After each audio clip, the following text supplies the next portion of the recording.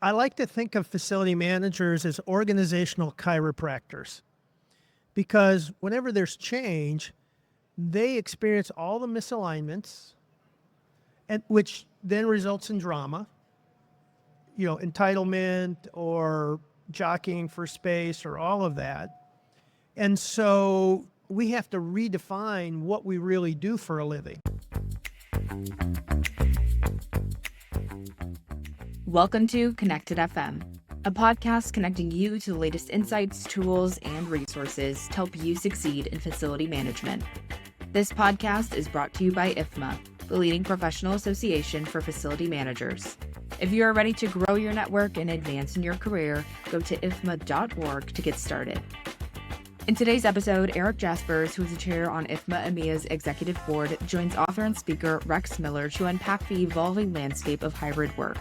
Together, they examine the push and pull between remote and office-based models shaped by high-profile return-to-office mandates from companies like Amazon and Dell. Their conversation emphasizes the need to rethink organizational structures, decision-making, and incentives to support hybrid success. They also highlight the critical role facility managers play as change leaders, advocating for a collaborative, cross-functional approach to navigating this new world of work. Now, let's get into it.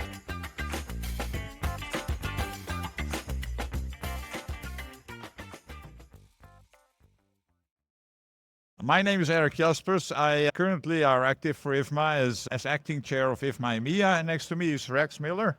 Yes. We know you all, I guess. A futurist and For a long time. and for a lifetime being associated to IFMA, I would say, right? Since 1981 or 82, when it was Facility Management Institute. Right. So we're going to have a conversation today, and let's start because on the topic of hybrid workplace kind of thing, right? I have the feeling that it's like we're going up and down. And when you see companies operate and basically the management of companies operate, it seems like the one is going for the full, let's say, virtual play. The other say, well, everyone has to go back to the office like we used to do in the 60s of the previous century almost. Right. So what's your take on that? What's happening actually today? So currently, we just saw Amazon mandate 5 days, Dell Computer as well, and then McKinsey's report about CEOs, the change in attitude from just a year ago and how many expect within 3 years will be back in the office. And we're all struggling, and you see on LinkedIn the reactions of inhumane and, flexibility and freedom. We just haven't found the balance yet because of the cycle that we're in. And there is a definite cycle. Jeffrey Moore's book, Crossing the Chasm, looks at the innovators, the early adopters, the chasm, then the early majority. But I go back to a report from a futurist who is an EDS fellow. His name's Jeffrey Wacker. Yeah. In 2006, he reported this repeating cycle of disruptive technology, starting with mainframes. Yeah. What he found is that in the first 8 or 9 years, the technology is stabilizing. Then in the second 8 or 9 years, it gets socialized and integrated.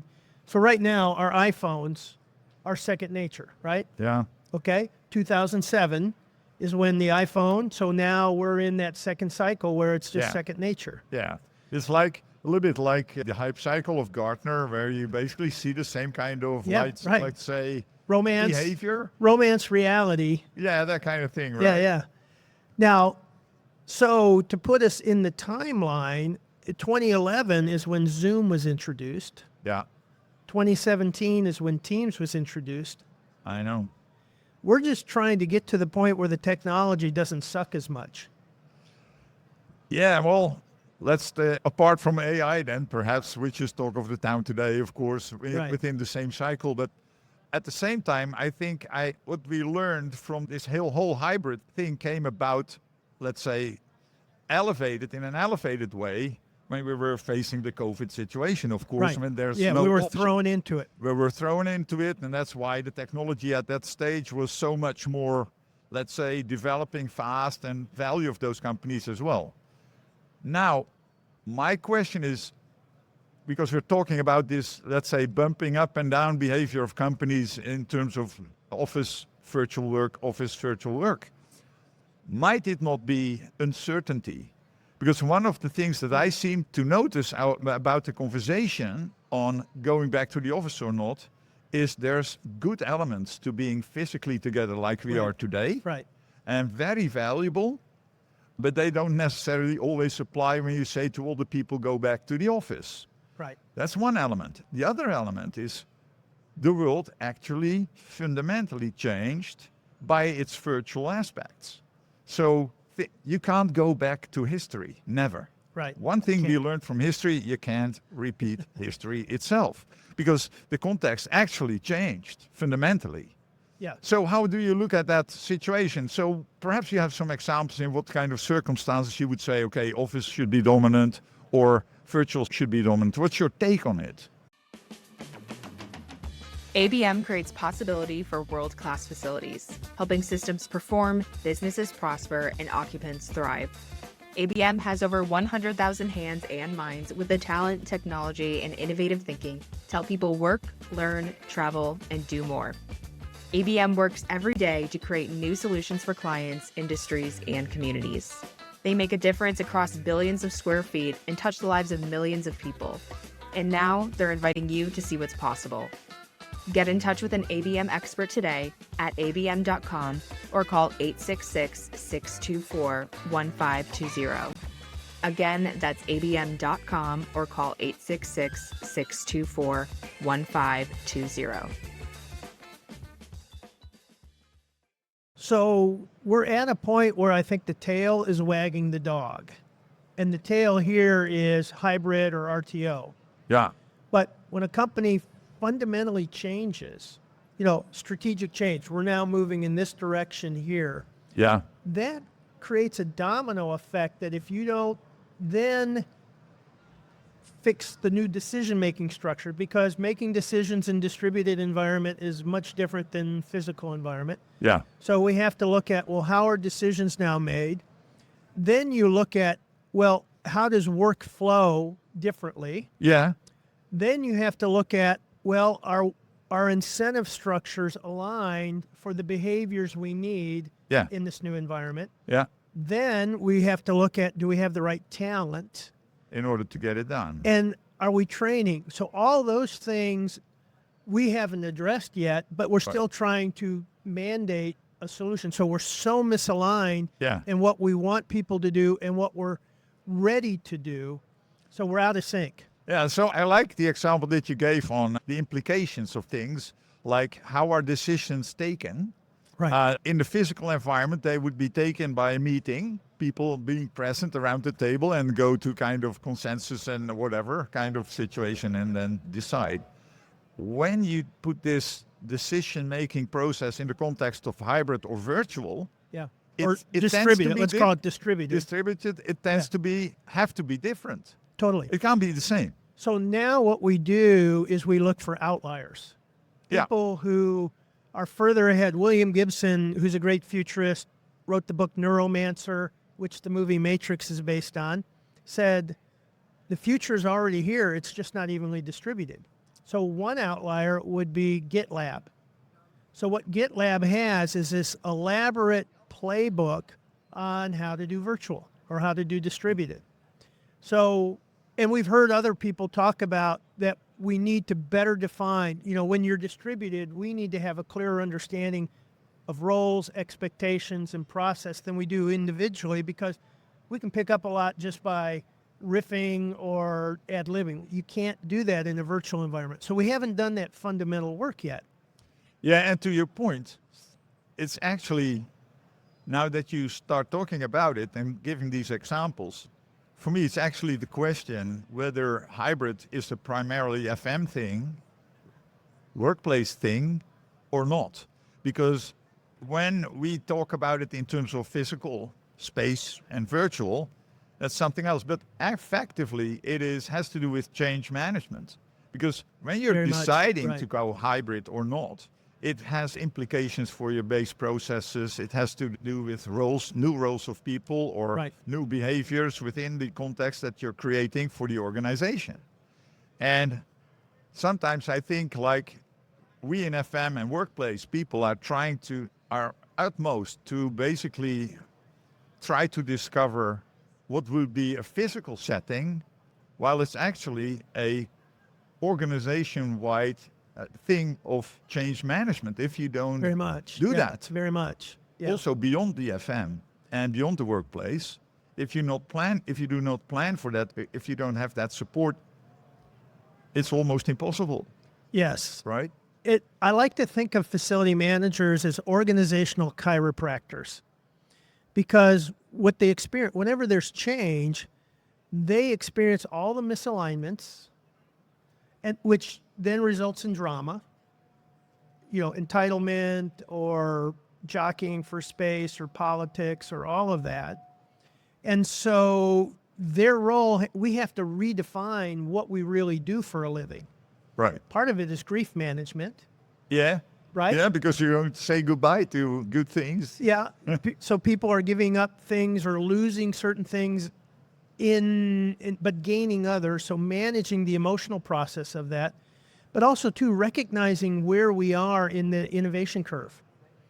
So Jeffrey Moore's book, Crossing the Chasm, talks about innovators, early adopters, this chasm before you get to early majority, and then the tipping point is around 18% adoption.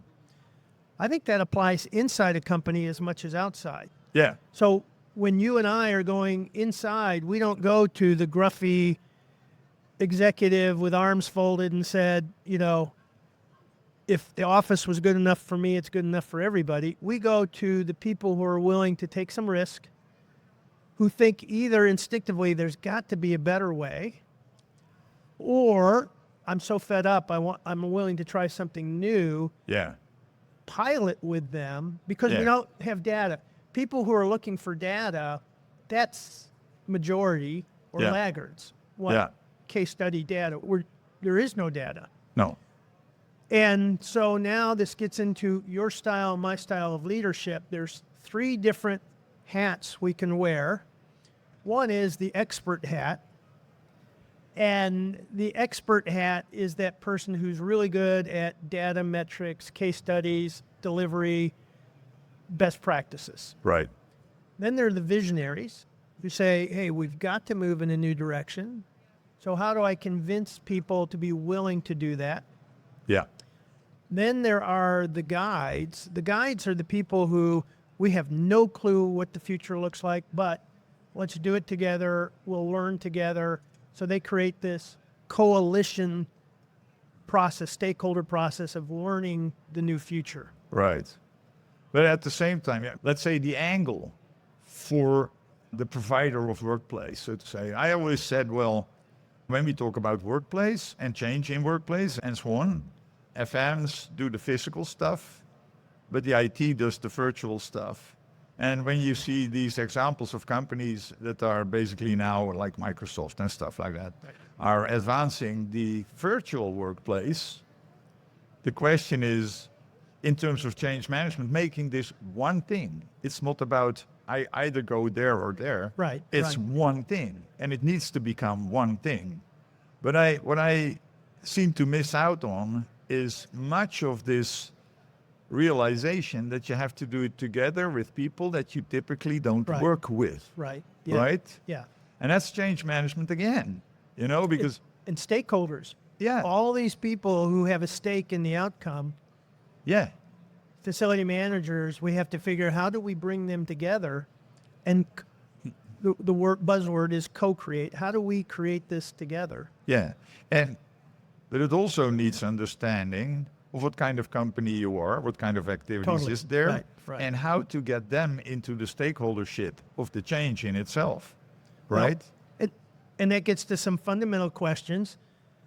Does this strategy fit the business model, Right?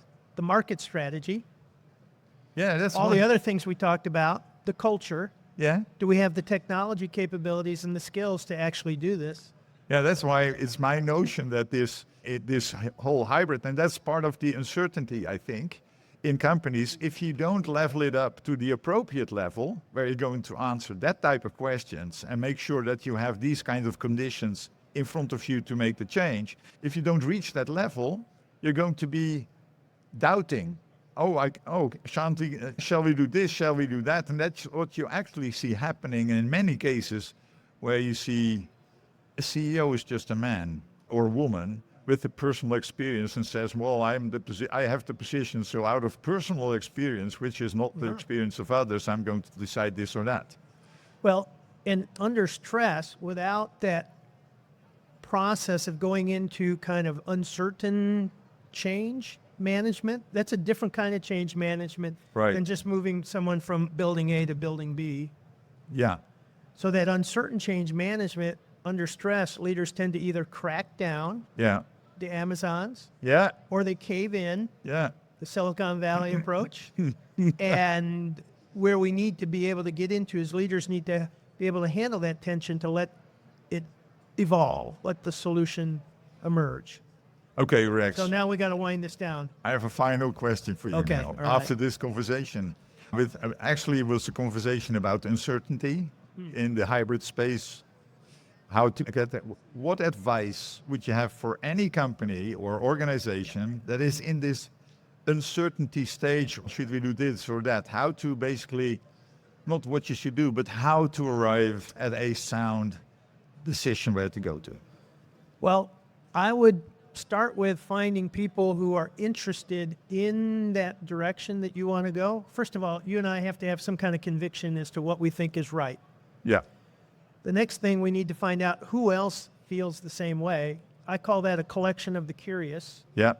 Then move it into what we call the cohort of the committed, and then experiment, and then out of that experimentation, do the things that work. Yeah.